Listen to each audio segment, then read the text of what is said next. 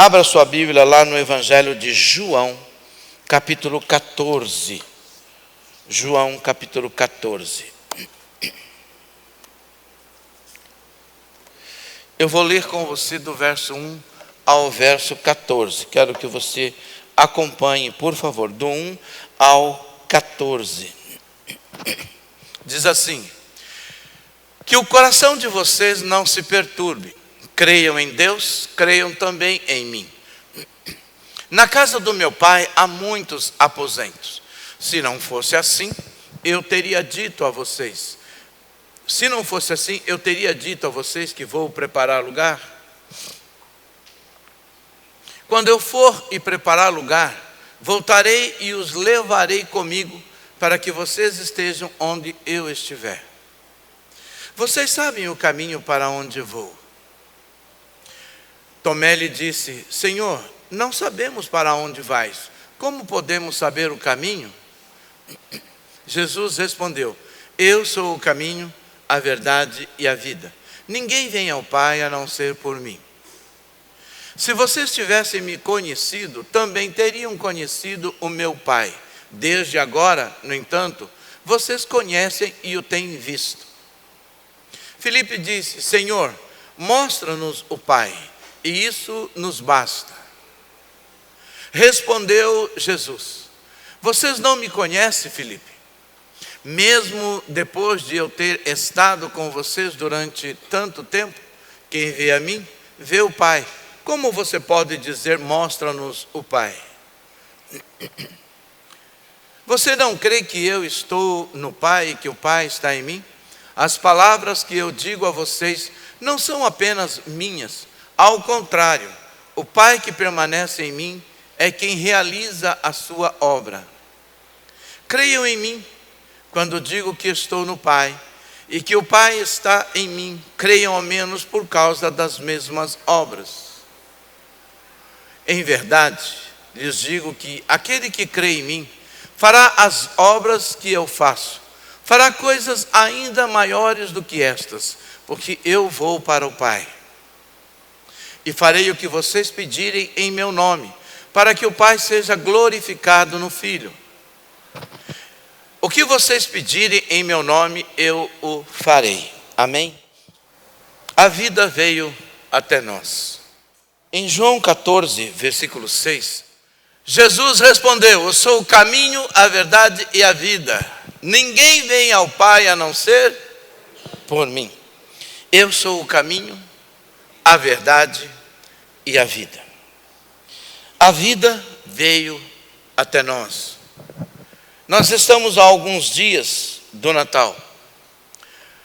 E eu tenho certeza que você está se preparando para o Natal. Você está com expectativa junto à sua família, junto ao seu pessoal.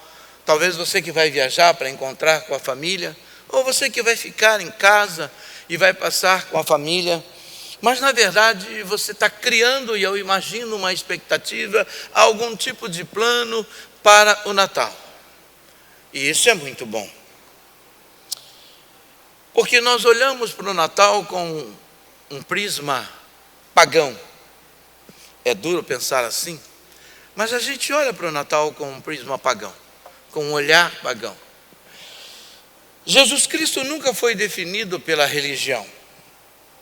E embora 25 de dezembro seja uma data convencionada, porque ninguém sabe de fato o dia, que Jesus nasceu, não dá para saber com certeza absoluta sobre esse dia. Então foi convencionado que esse seria o dia do nascimento de Jesus pela religião. Mas Jesus nunca foi definido pela religião. Na verdade, ele nunca, ou a definição nunca o definiu e nunca o definirá. E por que não o definirá? Porque é impossível Jesus Cristo ser definido. Porque ele não é uma religião. Ele é uma pessoa. E como pessoa, a gente precisa entender quem ele é. Ele é o Cordeiro de Deus que tira o pecado do mundo. Ele é o Cordeiro de Deus que tira o pecado do mundo. Jesus nunca foi um vento, um estilo, uma moda, um momento, muito menos uma força ou uma bateria que se autocarrega.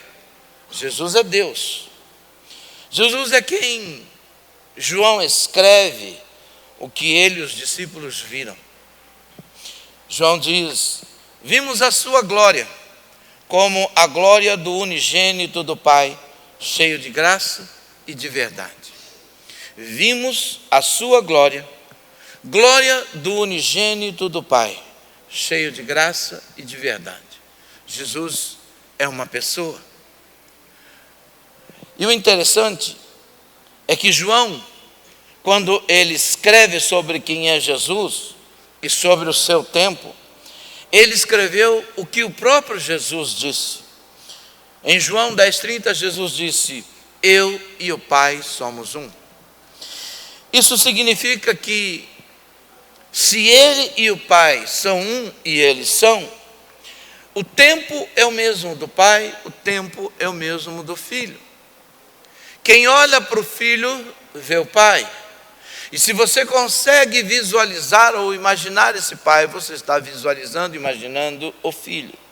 Jesus disse: ele e o Pai são o mesmo, e que o tempo deles é sempre o mesmo. Ele disse: somos um. Então não existe dois, não existe três, existe um. Por isso, sua resposta, ou quando Jesus respondeu a Filipe, sobre aquele momento em que Filipe diz: mostra-nos o Pai, em João 14,9, Jesus disse: quem vê a mim, vê o Pai. Como você pode dizer: mostra-nos o Pai? Quem vê a mim, vê o Pai. E como você pode dizer, Filipe, mostra-nos o Pai? Porque Filipe estava vendo uma pessoa, um homem, tão humano quanto ele, mas ele tinha uma imagem diferente de quem seria Deus, de quem era Deus. Por isso ele disse: Senhor, nós queremos ver o Pai. O que Jesus estava revelando? A imagem do Pai? Não. Ele estava dizendo: quem vê a mim, vê o Pai, porque Jesus estava revelando o caráter santo, Jesus estava revelando o amor, Jesus estava revelando o cuidado, Jesus estava revelando a vida, Jesus estava trazendo a presença do Pai nele, porque aonde quer que Jesus estivesse, a presença do Pai estava com ele. Por isso ele diz: vocês estão há tanto tempo comigo, está dizendo para eu mostrar para vocês o Pai? Vocês não estão vendo a mim? Se vocês não conseguem crer em mim, ao olhar para mim, pelo menos por aquilo que eu estou fazendo, pelas obras que eu estou fazendo, porque ninguém pode fazer as obras que eu faço se o Pai não estiver com ele. O homem Jesus confundiu a cabeça de muita gente. E quando nós falamos sobre Jesus Cristo, a gente entende que o nascimento de quem vamos celebrar daqui a 3 dias é o nascimento de Jesus. E eu acredito que você vai celebrar esse nascimento.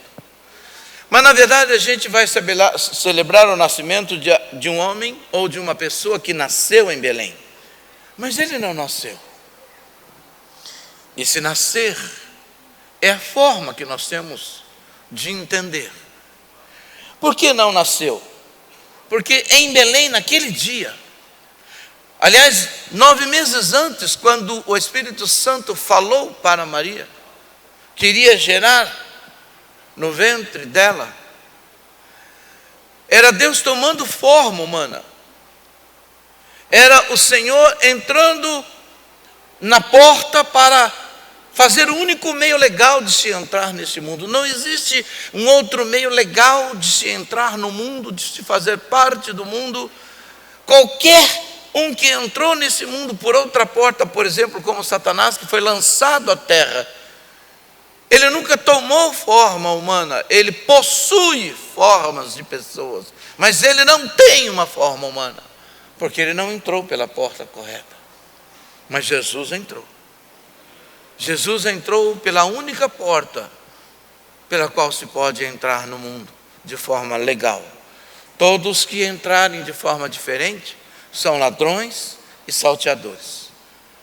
Não existe outra forma de se entrar no mundo a não ser por essa porta, a não ser por esse meio. E o interessante é que Jesus, naquele dia, ele não nasceu, ele tomou forma, veio pela porta certa para ser quem ele é, o Salvador. Mas um Salvador que sempre existiu. E como que o senhor pode dizer isso, que Jesus sempre existiu? Foi ele quem disse.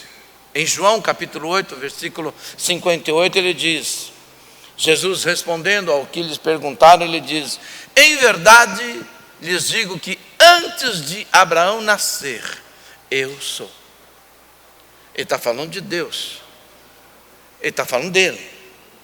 Ele está dizendo, antes de Abraão existir, antes de Abraão ser formado no ventre da mãe dele, antes mesmo de Adão, eu sou. Abraão, ele desejou ver o meu dia, e ele viu, e se alegrou. Porque no Velho Testamento está cheio de cristofanias, não só teofanias, mas cristofanias, onde Jesus apareceu. E hoje de manhã eu falei que se Abraão ressuscitasse agora e ele olhasse e visse Jesus nesse tempo, ele diria: Senhor, quanto tempo! Estou me lembrando do último encontro que nós tivemos lá no passado, no deserto, quando eu estava peregrinando com a minha família. O Senhor entrou, o Senhor comeu na minha tenda com 2 anjos, o senhor lembra? Certamente Abraão diria isso para Jesus, porque Jesus sempre existiu. Mas na plenitude dos tempos, Jesus toma forma. Ele é Deus, sim. É o único que pode mudar a minha e a sua história, com certeza, e mudar a nossa vida, com toda certeza. Ele pode mudar o meu destino, o seu destino, como ele já mudou o nosso destino eterno. Porque ele tem esse poder. Mas o interessante é que quando nós paramos para pensar em tudo isso, a gente descobre que nós temos muito para celebrar sobre Jesus. Coisas que passam despercebido porque nós entramos em uma festa com uma mentalidade meio que pagã. E me permitam dizer isso, porque é verdade. Quem gostava de fazer essas grandes festas eram os pagãos para os deuses pagãos. Não que nós não possamos fazer, mas a minha pergunta é: será que nas nossas festas Jesus entra mesmo? Porque muitas famílias fazem a festa de Natal, mas nem sequer se lembram da razão do Natal. Não convidam a verdadeira pessoa que é o motivo do Natal para estar com elas. O Natal que às vezes começa bem e termina mal. Aliás, o Natal ele tem algumas coisas boas, né, e algumas coisas ruins. Uma coisa boa é que nós celebramos Jesus Cristo, nós celebramos o amor, nós celebramos a vida. Mas o que tem de ruim? É que em muitos lugares é a maior representação de hipocrisia que existe. Porque é no Natal que você consegue abraçar quem você odeia, mas assim que se levantar da mesa o ódio continua, você suporta. É no Natal que as famílias se toleram, mas durante os anos todos elas se odeiam, não se suportam. No Natal elas levantam a bandeira branca dizendo: agora é Natal. Como aconteceu numa Copa do Mundo no meio de uma guerra, em que parou a guerra para fazer a Copa do Mundo, terminou a Copa do Mundo, começa a guerra. Vamos nos matar novamente. É interessante. Mas Jesus não é isso.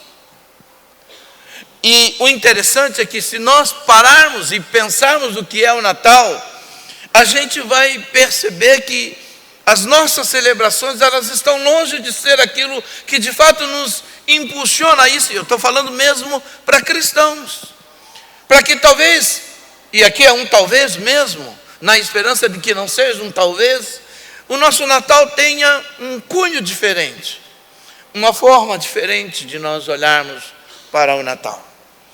Eu quero apontar com você alguns motivos pelos quais nós devemos celebrar o Natal.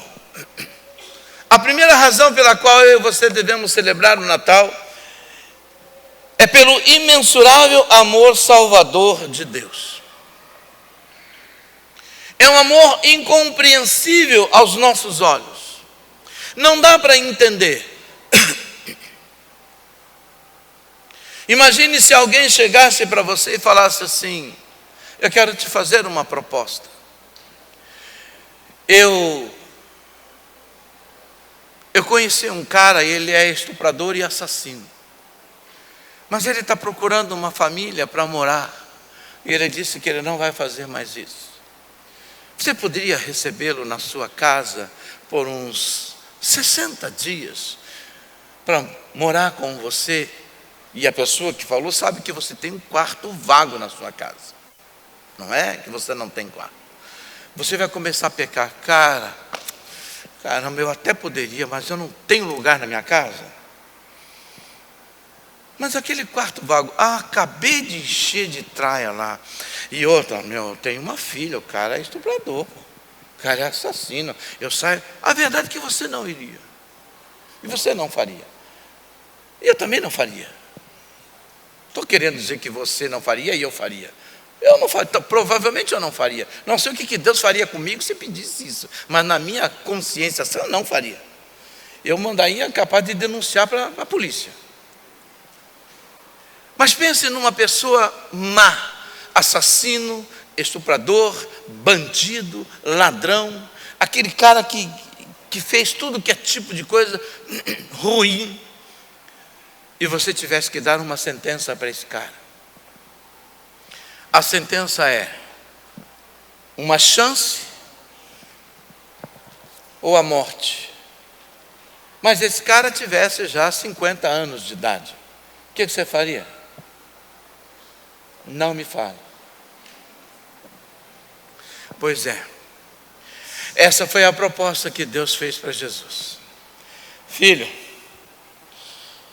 eu já procurei muita gente lá na terra, mas eu não encontrei um justo sequer. Não encontrei ninguém.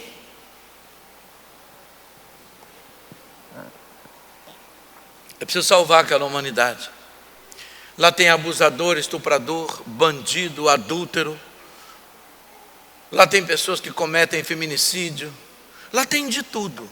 Gente que não presta, de toda qualidade. Mas eles não tiveram uma oportunidade. Ou tiveram e não souberam aproveitar. Tem uma dívida imensurável. Não tem gente que possa pagar.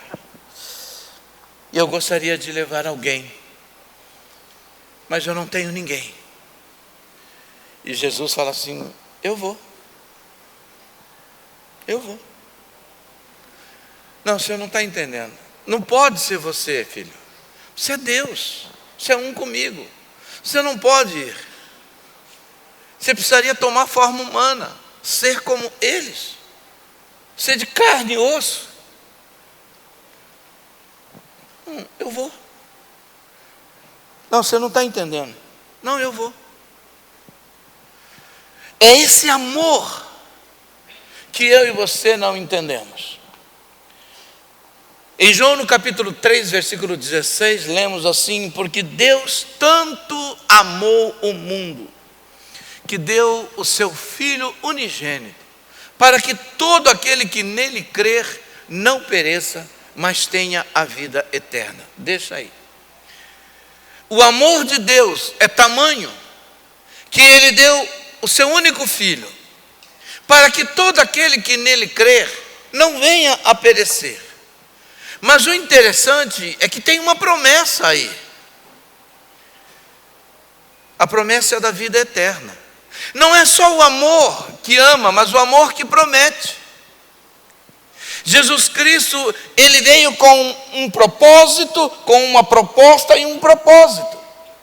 Não somente ser o Salvador de nos tirar da situação de pessoas que estão perecendo nesse mundo, mas com a promessa de vida eterna. Mas isso só pode ser dado, ou só pode ser dado pelo imenso amor de Deus. Quando eu olho para o Natal, eu preciso entender que esse dia é o dia em que o amor de Deus me alcançou de uma maneira tão poderosa, de uma maneira tão forte. Porque o meu Natal e o seu Natal não aconteceram no dia 25 de dezembro. O meu, por exemplo, aconteceu no ano de 83, no dia 23 de fevereiro. Foi o dia em que Jesus nasceu no meu coração. Foi o dia em que eu nasci para Jesus. Foi nesse dia que foi um divisor de águas para mim. Mas dali eu comecei a entender e comemorar o Natal, porque no dia 25, como eu disse, convencionado, nasceu aquele homem. Aquele homem que, como uma criança qualquer, quando você olha no berçário, indefeso, que já nasceu sendo odiado porque Herodes queria matá-lo, que já nasceu sob perseguição e incompreensão. Mas o interessante é que o Natal é a expressão mais sublime do amor de Deus por nós. Não é só uma festa em que a gente se abraça como família, mas é uma festa em que eu lembro que ela mudou a minha vida. Mudou a minha vida. O nascimento de Jesus mudou o mundo. O mundo foi dividido em dois tempos, ou tempos, antes de Cristo e depois de Cristo.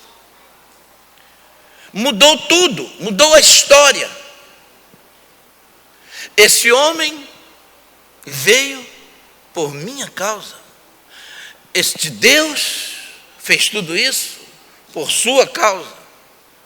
Como é que você mensura esse amor? Como é que você compreende esse amor? Como é que você entende esse amor? Como que você pode louvá-lo por esse amor que não dá para mensurar? Ainda que eu dê a minha vida, ela é muito pouco para expressar tamanho amor.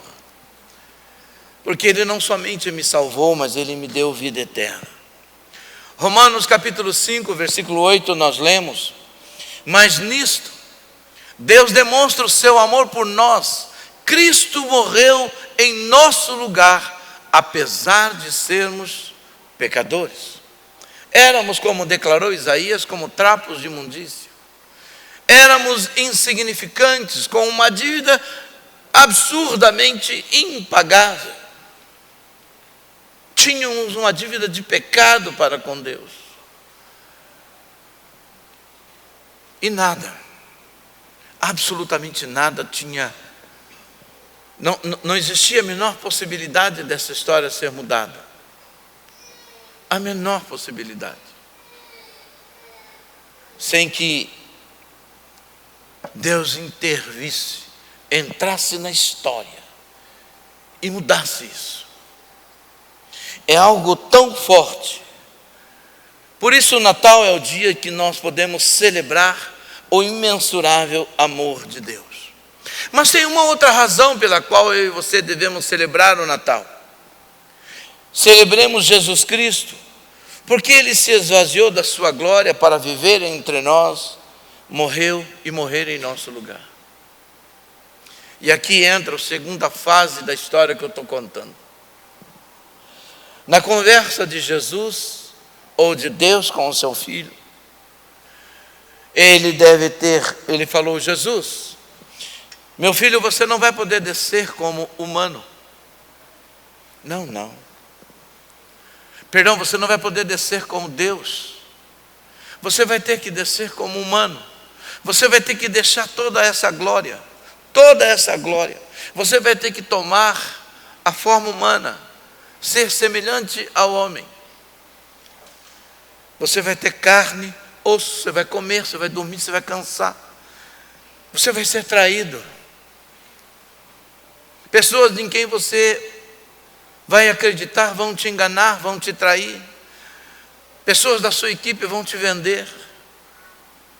Você vai ser cuspido, açoitado. Você vai morrer. E você não vai poder fazer nada, porque você está indo como homem.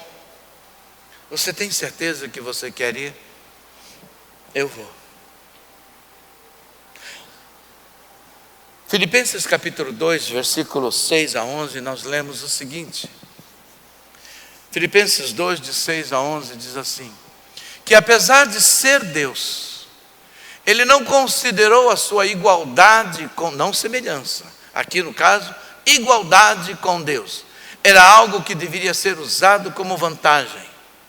Antes, esvaziou-se a si mesmo, assumindo a forma de servo, tornando-se semelhante aos homens. Sendo encontrado em figura humana, humilhou-se e foi obediente até a morte, e morte de cruz. Por isso Deus o exaltou à mais alta posição e lhe deu o nome que está acima de todo nome, para que ao nome de Jesus todo joelho se dobre nos céus, na terra e embaixo da terra, e toda língua confesse que Jesus Cristo é o Senhor, para a glória de Deus Pai. O autoesvaziamento de Deus. Deus deixando de usar o seu poder como Deus, tomando a mais absoluta forma humana, sendo semelhante a mim e a você, não podendo usar nenhum dos seus poderes. A deidade de Jesus, que João revela, não foi usado por Jesus. Às vezes, a gente ouve as pessoas falarem: não, Jesus fez o que Ele fez porque Ele era Deus. Se Jesus só fez o que Ele fez porque Ele era Deus, então nós não podemos ser salvos. E Ele é um tremendo de um mentiroso. Porque foi Ele quem disse: vocês farão as obras que eu fiz, e maiores do que essas farão. Eu nunca vou ser Deus. E se Ele prometeu que eu posso fazer obras maiores do que a dele, e se o que Ele fez como Deus, então Ele me enganou, então Ele mentiu para mim. E é óbvio que Deus não mente, e que Jesus não mentiu para mim. O que tinha ali era um homem pleno do Espírito Santo. Uma outra coisa que me mostra que Jesus era homem, porque quando Ele foi batizado, pousou sobre Ele o Espírito Santo. É inconcebível Deus pousar em Deus, Deus pousar em Deus, Deus habitar em Deus. Não dá.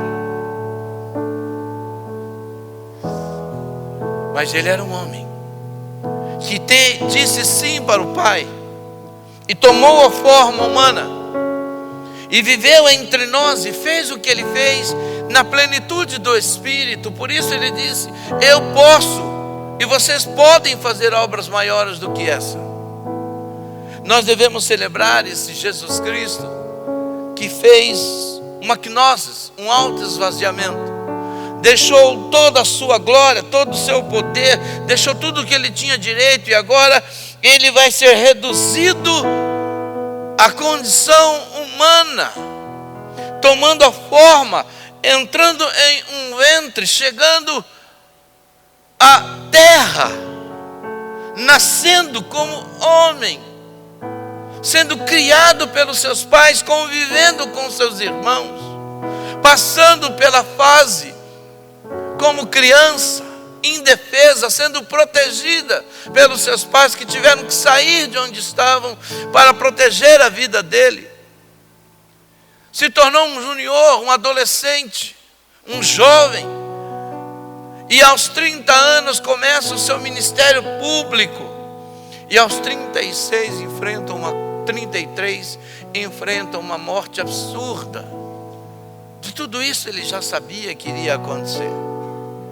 Tudo isso ele já sabia e ele entrou nisso sabendo. Ele veio para ser o Cordeiro de Deus que tira o pecado do mundo. Ele conviveu com tudo isso. E é interessante porque ele morreu em meu e em seu lugar. Mas quando você olha para esse Jesus, ali na cruz, e você ouve ele dizer: Eloi, Eloi, lama sabachthani, Deus meu, por que que o Senhor me desamparou? E você pergunta: os meus pecados mataram Jesus? Não. Quem matou Jesus foi o Pai. Foi o Pai que matou Jesus. Espera aí, pastor, o senhor está brincando comigo? Não, não estou brincando. Amados, a única coisa que provoca a ira de Deus sobre a humanidade é o pecado. E quando você olha para a palavra de Deus em Romanos, diz lá: o salário do pecado é a morte. Toda alma que pecar contra Deus, essa morrerá. O pecado provoca e chama a ira, porque a santidade de Deus não tolera o pecado. E quando o Senhor Jesus está naquela cruz, Ele absorve o pecado de toda a humanidade. Ele se torna o Cordeiro de Deus que tira o pecado do mundo. E embora Ele não tenha pecado, Ele assume voluntariamente se tornar pecado em meu e em seu lugar. E naquele momento, a humanidade, todo o pecado da humanidade cai sobre Jesus. E quando Deus olha para aquele homem na cruz, o que Deus vê é pecado, pecado, pecado. E chegou num nível tão insuportável que Ele virou as costas para o filho e Ele dá a ordem para que esse filho morra por causa do pecado. Por isso que o Senhor Jesus disse: o Senhor me abandonou. Porque quando nós pecamos e não nos arrependemos, nós sofremos sim o abandono de Deus. Deus vira as costas para nós. Porque o pecado para Deus é insuportável. A santidade de Deus não suporta a prática do pecado numa pessoa. E o pecado gera morte, sim. E não é só morte espiritual, não. É morte física. É por isso que nós morremos por causa do pecado. E naquele momento, o Senhor o faz enfermar. O Senhor lança sobre Jesus toda a fúria dele por causa do pecado. A Bíblia diz que o mesmo Pai que o fez enfermar é o mesmo que o ressuscitou. Mas o pecado foi tanto que ele sofre o abandono do Pai. É por isso que eu já falei para vocês que Jesus diz: eu nunca vou deixar vocês. Porque só quem sabe a dor do abandono, só quem sabe as marcas e as cicatrizes de um abandono, se dispõe a não abandonar ninguém, jamais. É por isso que Ele disse: eu vou estar com vocês. É por isso que o pecado, quando nós pecamos, não deve virar uma noite para outra. Porque o pecado provoca sim a ira de Deus sobre a pessoa. O pecado faz com que Deus vire as costas. O pecado faz com que Deus não ouça. Mas esse homem chamado Jesus, ele resolve se esvaziar, tomar essa forma por minha causa e sua causa. Você precisa celebrar isso.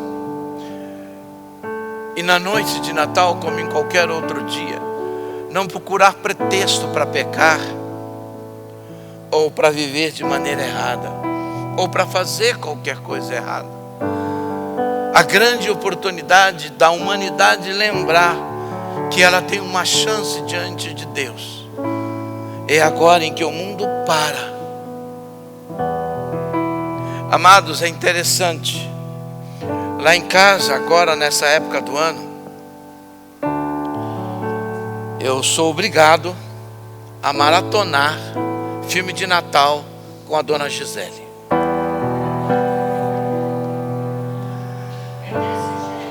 Não é fácil. Eu tenho que tomar a forma dela e assistir filme de Natal. É sempre a mesma coisa. Mas eu já assisti trocentos filmes de Natal. Eu quero que você diga para mim, quantos filmes de Natal você assistiu, principalmente os americanos, em que de fato eles apresentam Jesus? Assistiram algum? Eu assisti ontem que até um boneco de neve ganha vida. Depois vira humano e casa com a menina. Ai, é só love.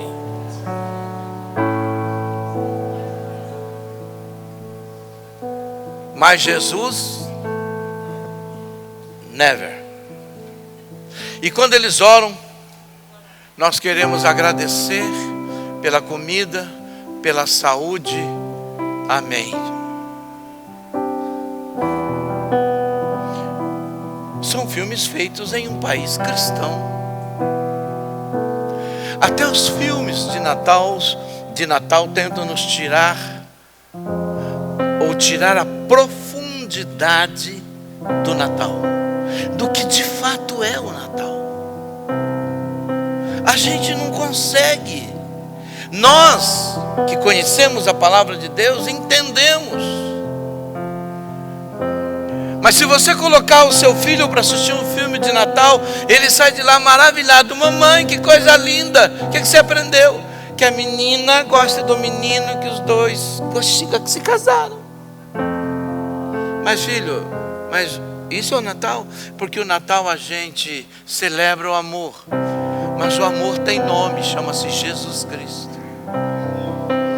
O amor também tem vida, chama-se Jesus Cristo, esse morto e ressuscitado ao terceiro dia. Amém? Quando nós falamos de amor e não falamos daquele que é o amor, daquele que deixou a sua glória, a gente olha aquelas cenas, todas elas lindas, mas a demonstração do amor de Deus por você não foi nada bonito, não foi nada romântico, foi trágico, foi feio. A gente acha muito bonito, nasceu o Salvador. Uma vez um irmão chegou para mim e falou assim: pastor, eu gosto de celebrar o menino Jesus. Eu falei assim: mas ele morreu com 33 anos. Tinha nada de menininho ali. Já estava indo para a velhice, filho. Porque tem gente que sofre um bloqueio psicológico que não deixa Jesus crescer. E não sai daquela manjedoura. Está sempre lá. Mas quem morreu não foi a criança, foi o homem, foi o adulto Jesus Cristo. Ele deu a vida por você. Amém? Ele se esvaziou de tudo para estar comigo e com você, para nos dar vida e vida com abundância. Natal nós temos que celebrar isso. Mas existe um outro fator que eu acho importante a gente celebrar no Natal. Celebremos Jesus Cristo porque Ele trouxe paz a todos os que querem a sua paz. Falar de paz num tempo como esse é complicado.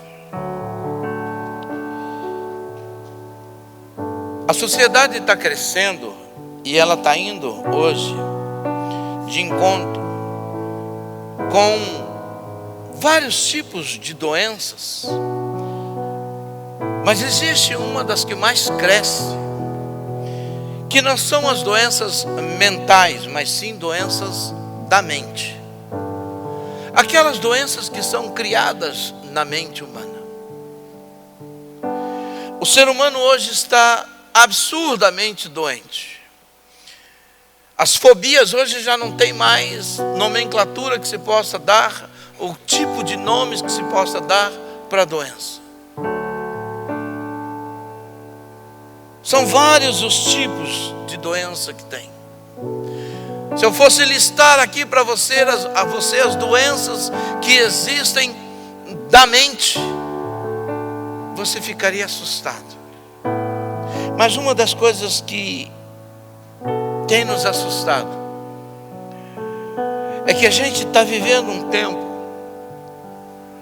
em que as pessoas, elas vivem no mundo não é mundo de Nárnia, não. Elas vivem no mundo de Peter Pan. Elas não querem crescer. E elas esquecem que mesmo no mundo de Peter Pan tem um Capitão Gancho. Não existe um mundo perfeito. E a gente tem que estar preparado. Nós vamos criar cascas. Mas nós estamos vivendo numa geração que ela não tem casca. Ela tem uma pele muito fina. Qualquer coisa que fala machuca, ofende, fere, cria doenças. Qualquer coisa que se fala traumatiza. Se você fizer, psicólogo. Se você chegar, filho, psicólogo. Tem que fazer terapia. Não pode fazer nada. Se você diz não para uma criança, trauma.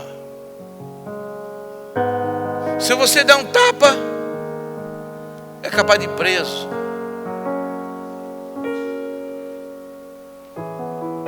É interessante porque o pai não tem liberdade de educar o seu filho, porque quem educa é a sociedade.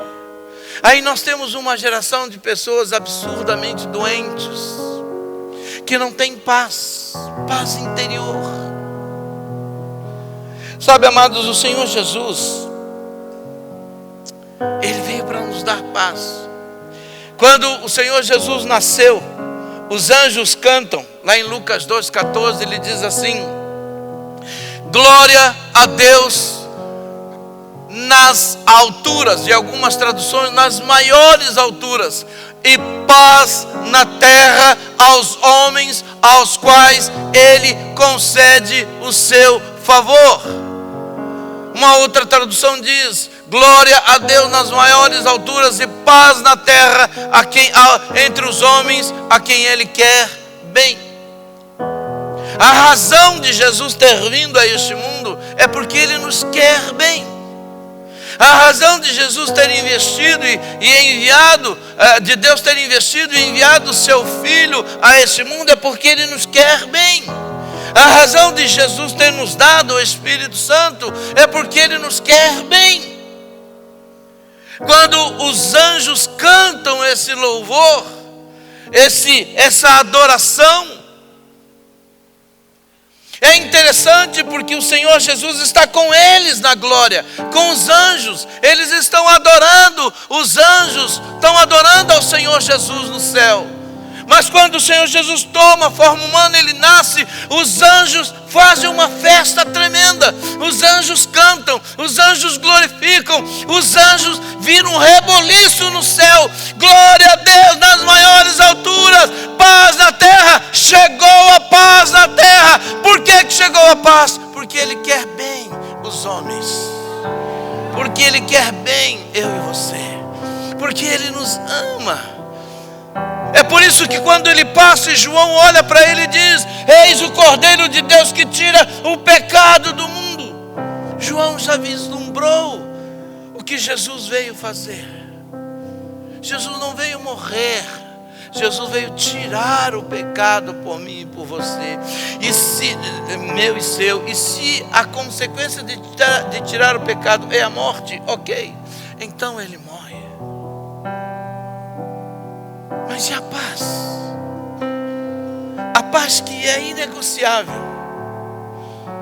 que as pessoas hoje procuram, o mundo hoje, um aponta uma arma para o outro e diz assim: olha, se você não apertar o gatilho, eu também não aperto. Se você não apertar o botão, eu também não aperto, e a gente vive em paz. Essa é a paz do mundo. Por isso que o Senhor Jesus, em João 14, 27, ele fala algo muito interessante. Antes de ir para a cruz, ele diz: deixo com vocês a paz, a minha paz dou a vocês, não a dou como o mundo a dá. Isso significa que existe uma paz do mundo. Não se perturbe o coração de vocês, nem tenham medo, porque a paz do mundo gera medo, mas a paz de Jesus não.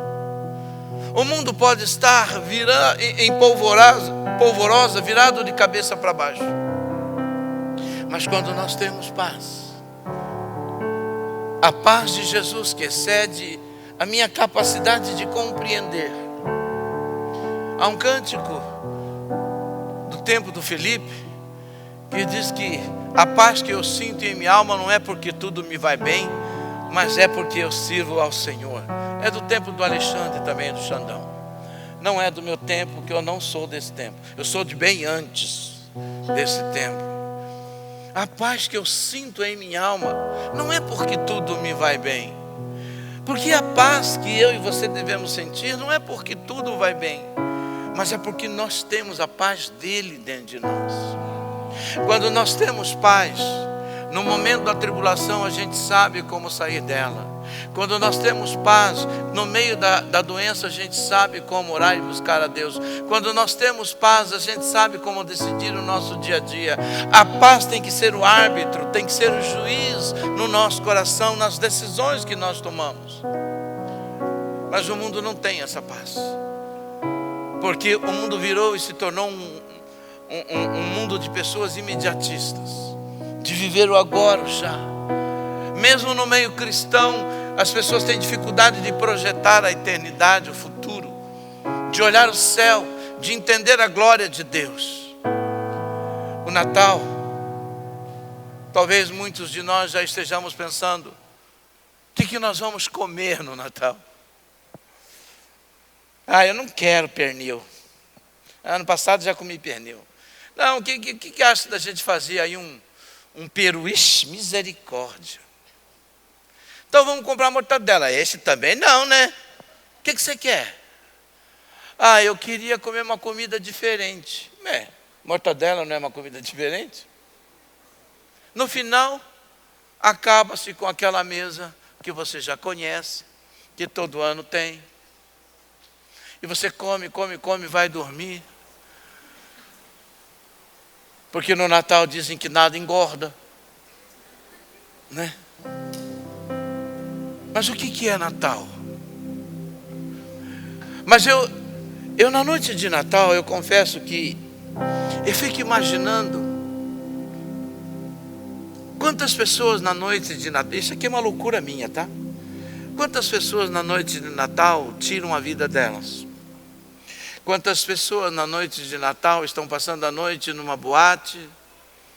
Quantas pessoas na noite de Natal estão se drogando? É óbvio que é loucura pensar isso, e é mesmo. Eu não estou falando que você tem que pensar nisso, mas eu estou falando o seguinte, e é isso que eu quero deixar para você. A paz de Jesus, ela é tão poderosa, ela é tão forte na nossa vida, que independente da situação, do momento que nós possamos viver, a gente precisa aprender de que essa paz, ela tem que reinar na nossa vida. Porque Jesus disse: eu vou voltar para buscar vocês.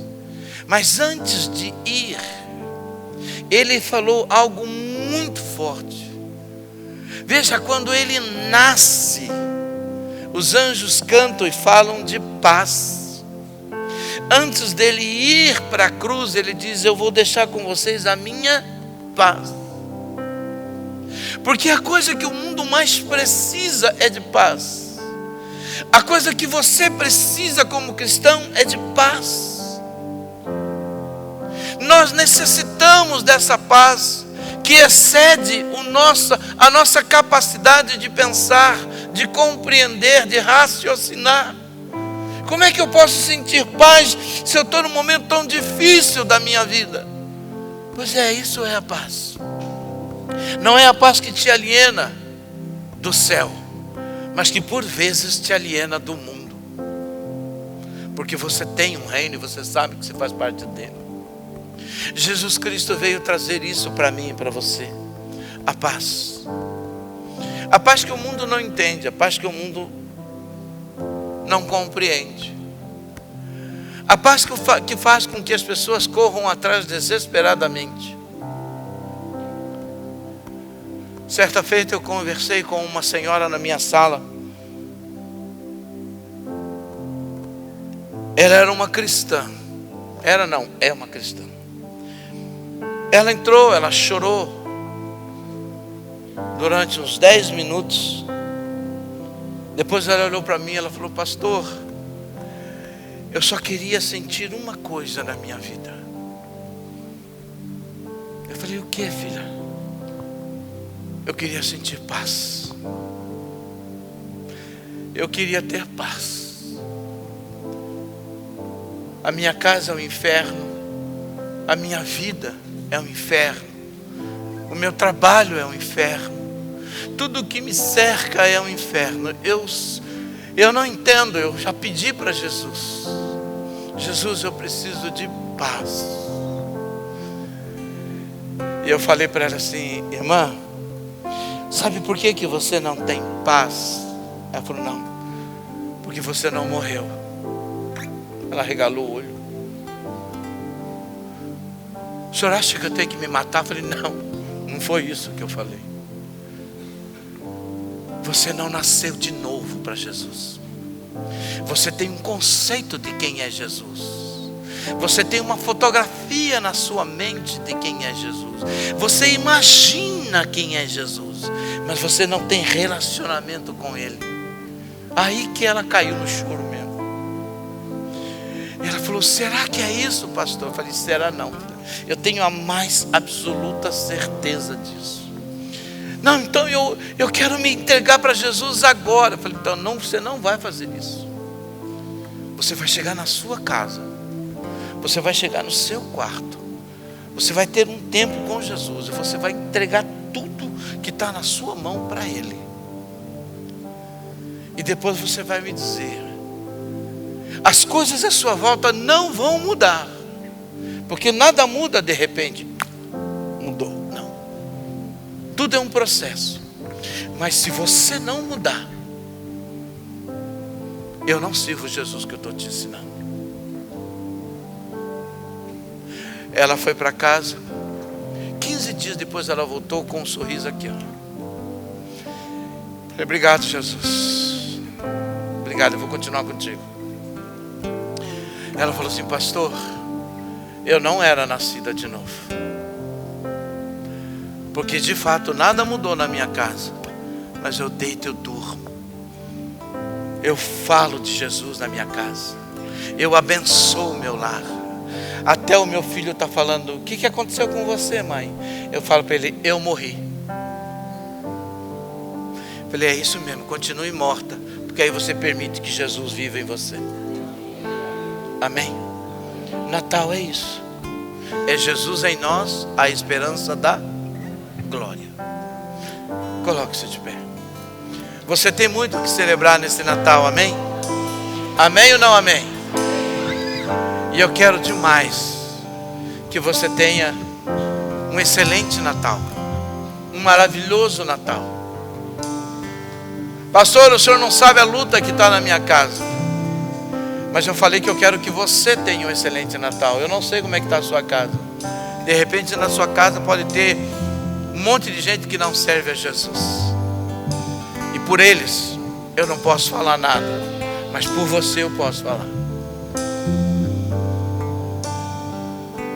E você pode ser a luz que vai resplandecer a glória de Deus na sua casa, com a sua família, com seus amigos.